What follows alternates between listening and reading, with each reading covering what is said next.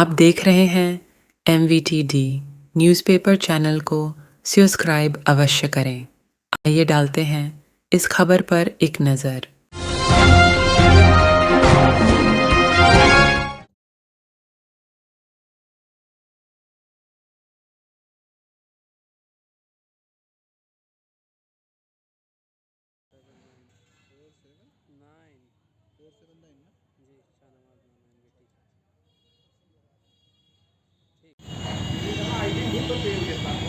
वल्लभ भाई पटेल अमर रहे, अमर रहे, अमर रहे। वल्लभ भाई पटेल अमर रहे, अमर रहे, अमर रहे। मेरा नाम आशीष तिवारी है। मैं राष्ट्रीय लोक दल महानगर लखनऊ का अध्यक्ष हूँ और आज सरदार वल्लभ भाई पटेल के इस 148वें जयंती समारोह पर उनको श्रद्धासुमन प्रदान करने हम लोग यहाँ पर आए थे, अर्पित करने।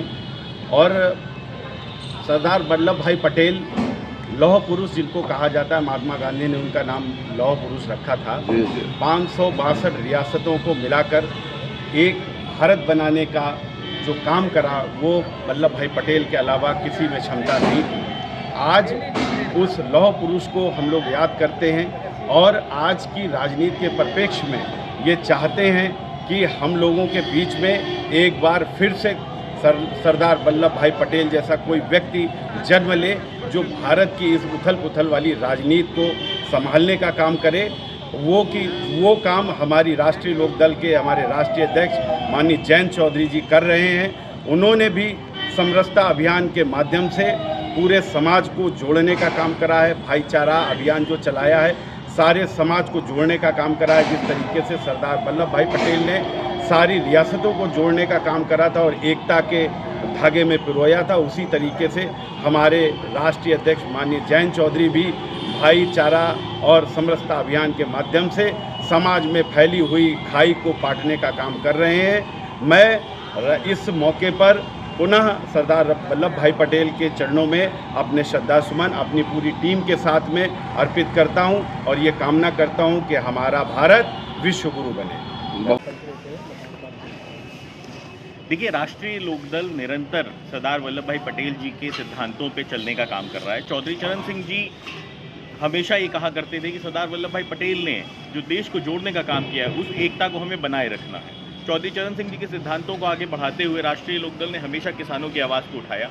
हम चाहते हैं कि आज की जो सरकार है, जो धर्म के नाम पे, जो जातियों के नाम पे, जो क्षेत्रवाद के नाम पे विघटन करने की राजनीति कर रही है, उसको कहीं ना कहीं बाज आना चाहिए। और सरदार वल्लभ भाई पटेल की जयंती पे ये प्रण लेना चाहिए कि हमको कहीं ना कहीं जो उनके विचार थे, जो उनकी सोच थी, जो जिससे उन्होंने देश को एक सूत्र में पिरोया था, हमको एक सूत्र में पिरोना चाहिए। हर हिंदुस्तानी भारतीय है पहले, उसके बाद उसकी जाति आती है, उसके बाद उसका धर्म आता है। तो उसको कहीं ना कहीं भारतीय जनता पार्टी को, सरकार को भी समझना पड़ेगा कि देश के अंदर सौहार्द की राजनीति करने की ज़रूरत है। देश के अंदर कहीं ना कहीं सरदार वल्लभ भाई पटेल के विचारों को आगे ले आने की ज़रूरत है। चौधरी चरण सिंह जी के विचारों को आगे ले आने की ज़रूरत है। बाबा साहब अम्बेडकर के विचारों को आगे ले आने की ज़रूरत है और गांधी के विचारों को आगे ले आने की ज़रूरत है। ये जो हमारे महापुरुष हैं, इन महापुरुषों को कोसने से इनका कद छोटा होने वाला नहीं है, क्योंकि इनके जो भी कंट्रीब्यूशन था देश की आज़ादी के लिए, देश को पिरोने के लिए, वो देश कभी नहीं भुला पाएगा। सदियों सदियों तक इनको याद किया जाएगा। हम सरदार वल्लभ भाई पटेल की 141वीं जयंती पर उनको नमन करते हैं और राष्ट्रीय लोकदल ये सरकार को भी कहना चाहता है कि वल्लभ भाई पटेल जी के सिद्धांतों पर चलते हुए देश को एकता का कहीं ना कहीं संदेश देने की ज़रूरत है। सरदार वल्लभ भाई पटेल ने कहीं ना कहीं RSS को बैन करने का काम किया था, हम सब जानते हैं। आप स्टैचू बनाया आपने, बहुत अच्छी बात है, बहुत अच्छा कार्य किया। कोई भी कार्य होता है, हाँ, कोई भी कार्य होता है तो वहाँ के लोगों का विकास होता है, इसमें कोई दो राय नहीं है। परंतु आपने स्टैचू अगर उनके प्रति श्रद्धा रखते हुए बनाया होता तो बहुत अच्छा होता, परंतु आपने राजनीति से प्रेरित होकर आपने कहीं ना कहीं दूसरे दलों को नीचा दिखाने के लिए, सरदार वल्लभ भाई पटेल ने अपना जीवन कांग्रेस के लिए दे दिया। सरदार वल्लभ भाई पटेल ने चौधरी चरण सिंह जी के साथ देश को आगे ले जाने का काम किया था और आज आप स्टैचू बना के उनको समेट देना चाहते हैं, ये कहीं से भी समझ के परे है। देखिए, अगर आपको सरदार वल्लभ भाई पटेल जी को सही श्रद्धांजलि देनी है तो आपको देश को एकता के सूत्र में पिरोना होगा। आपको धर्म के नाम पे, जाति के नाम पे और क्षेत्र के नाम पे जो आप राजनीति कर रहे हैं उससे दूर होना होगा।